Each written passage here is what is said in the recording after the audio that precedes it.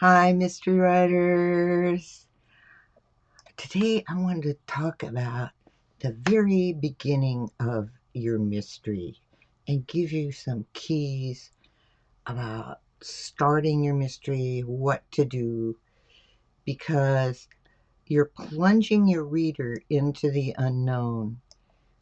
A new book is full of unknowns for a reader, and when a reader starts your mystery, you can help them get involved by giving them the keys to what will follow.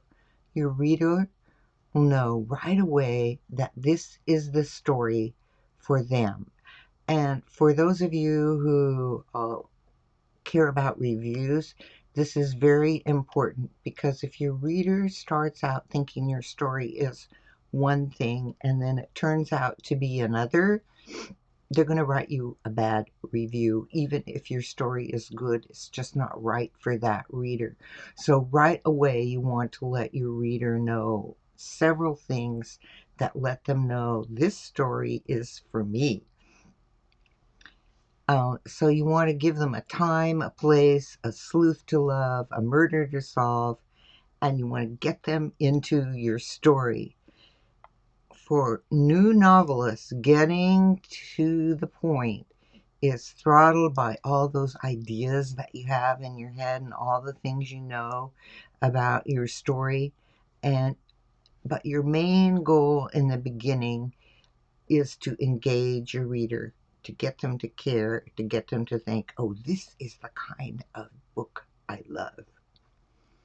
So everything is unknown to a reader as they start your mystery, except that they are beginning a mystery novel.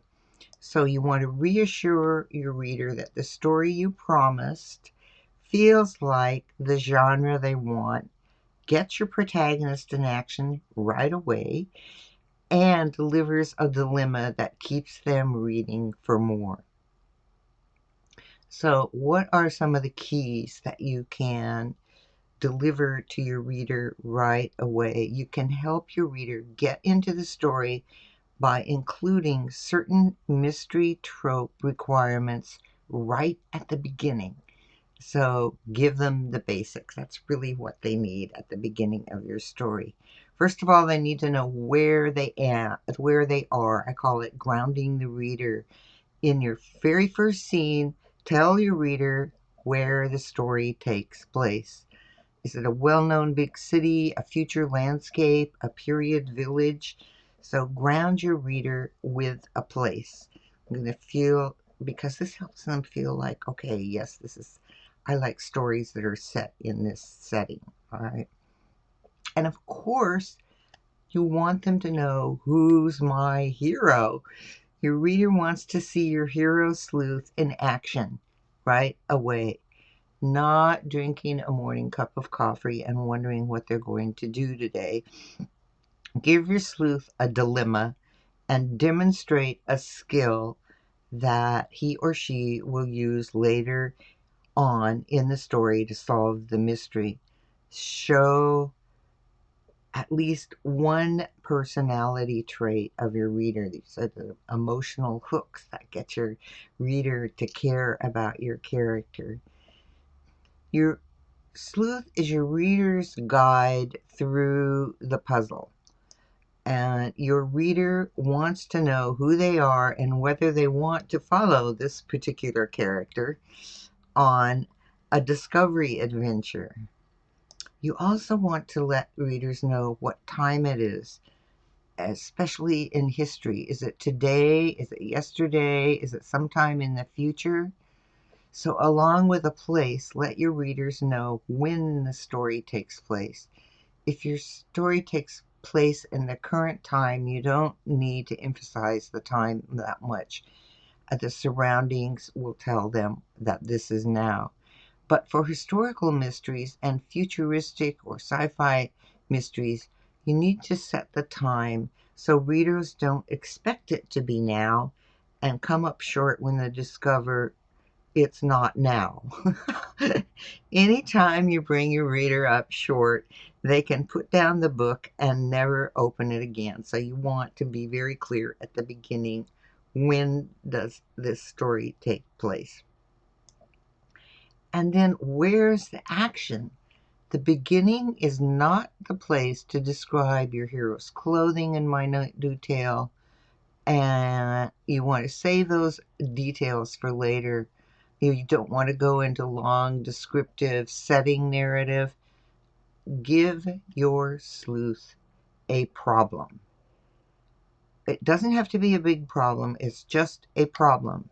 It could be an opponent who's trying to trip him up, or a neighbor's lost dog, or a burglar in her home, or a street confrontation as he tries to save someone's life. Just something. Give your reader the action. Whatever your action, bring it front and center right at the beginning. Um, get to the story. Get to the action. All right. Your reader will learn about your sleuth hero from the way he or she solves that problem.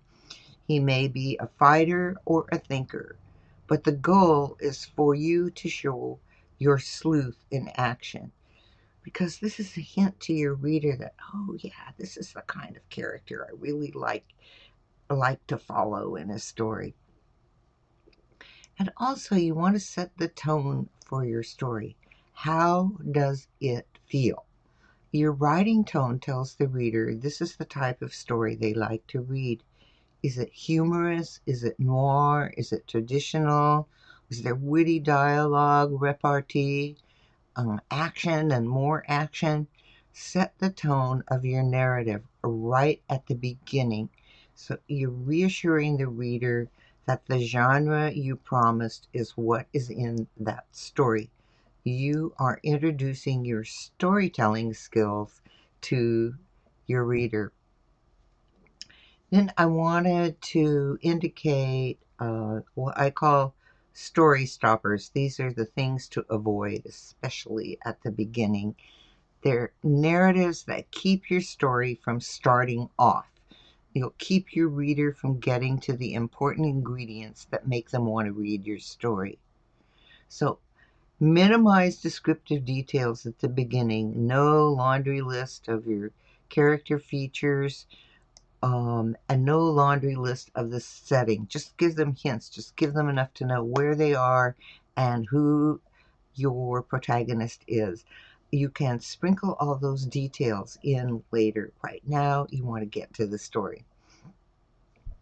You definitely want to not have a gratuitous hook that's there just for excitement, but it's not part of the story. And two things that beginning writers use a lot because they think it's a hook is either a sex scene or a big fight scene. And sex scene sets a tone other than what you want to have for your mystery. And the fight scene is coming too early because your reader isn't invested in your character. They don't care enough about your character to care whether they win or lose.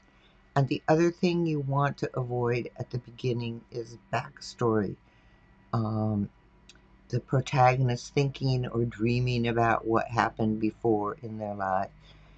Um, and a good rule of thumb for backstory, what happened in your protagonist's life long ago, is to wait till you're about 25 to 30% into your story before. So now at that point, you have your reader caring about your character enough, caring about the story enough to be slowed down with details about what happened before in their life. And of course, you want to avoid adjective and adverb heavy sentences. Um, you want your prose to be crisp and clear. All right. So that's a list of things you want to do and things you want to avoid at the beginning of your story, because your reader is going to go from unknown, what's this story about, to story excitement. They have a protagonist they can identify. They know where and when the story takes place, and they know how your protagonist solves a problem. Your goal at the beginning of the story is to get the reader to want to keep reading. If you're telling yourself that the really juicy good parts come 3 chapters later, start 3 chapters later, because you want to give that gift of your story to your reader right away. Giving your reader the basics at the beginning assures them this is a story they want to read. And the beginning is your promise to deliver a splendid story. And then just deliver on your promise. Okay, that's it for today. That is story beginnings, especially for a mystery. If you have any questions, please put them in the comments below.